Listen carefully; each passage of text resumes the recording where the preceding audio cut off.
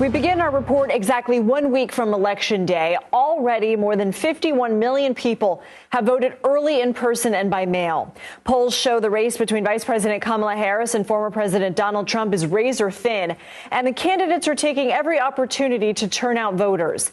On Tuesday, the vice president delivered what the campaign called her closing argument speech at the Ellipse in Washington. The location is no coincidence. It's the same place where former President Donald Trump spoke on January 6, 2021, telling his supporters the 2020 election was stolen as Congress was working to certify the results. During her speech, Harris said the country needs to unite. It is time to stop pointing fingers. We have to stop pointing fingers and start locking arms. It is time to turn the page on the drama and the conflict, the fear and division. It is time for a new generation of leadership in America.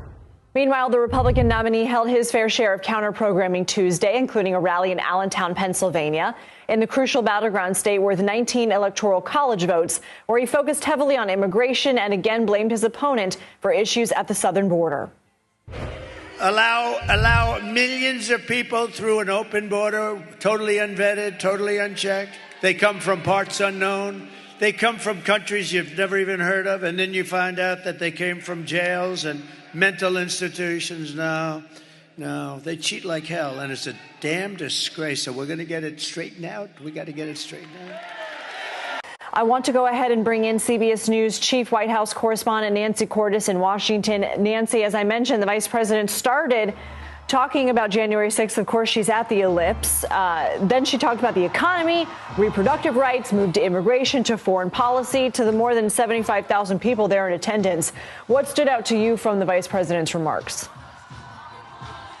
Lindsay, if I had to boil down her message into one sentence, it would be this: Donald Trump is out for himself, and I, Kamala Harris, am looking out for you. On issue after issue, whether it was immigration or the economy or national security, she laid out where she stands, what she wants to do versus what she argues Donald Trump would do if he returned to the White House just over my shoulder. And beyond that, she made the case again and again, I'm sure you heard it, that not only is Donald Trump out for himself, but that he views half of the country as the enemy within, that he would return to the Oval Office with a list of grievances and people who he wanted revenge on, whereas she views the other side as just as American as anyone else, and she wants to extend an olive branch and take their ideas and give them a seat at the table. So this was an attempt to broaden her reach in the final 7 days of the election to appeal to some voters who might be lifelong Republicans but have trouble with some of the things that Donald Trump has said and done. Wanted to send a message to them. Hey, come on over to this side. You may not agree with everything that I believe in, but I'll be there for you at the end of the day.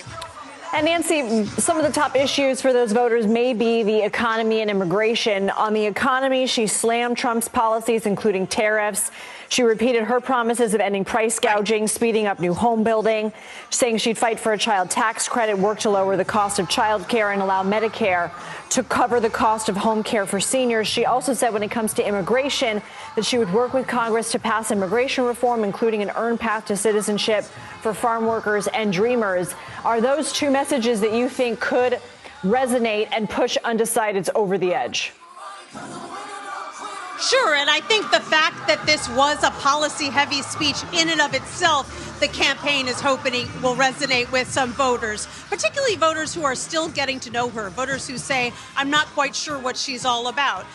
She sort of laid out in a similar fashion as a speech that she gave at the Democratic National Convention. Here's what I'm all about. Here's what I believe in. Here's what I would try to do if I were to be elected. And I think, by focusing on policy, she was, again, trying to create a contrast between herself and some of the things that Donald Trump tends to talk about at the rallies that he has been holding lately. I have to tell you, Lindsay, that the crowd here is so enormous. I heard you say 75,000, and that was news to me because the crowd is so large that the cell signal and Wi-Fi have been completely diluted. I'm in a bit of a news blackout here, and so that was the first I heard. But it really is remarkable. The crowd actually extends beyond the ellipse onto the National Mall, around the Washington Monument, and all the way up to the Jefferson Monument, which is something I've never seen before. I thought I saw outside of a presidential inauguration. I thought I saw some bystanders around the Washington Memorial in one of our live shots, and that 75,000 count is from the Harris campaign. Nancy Cordes, thank you so much. You're welcome. Ding dong.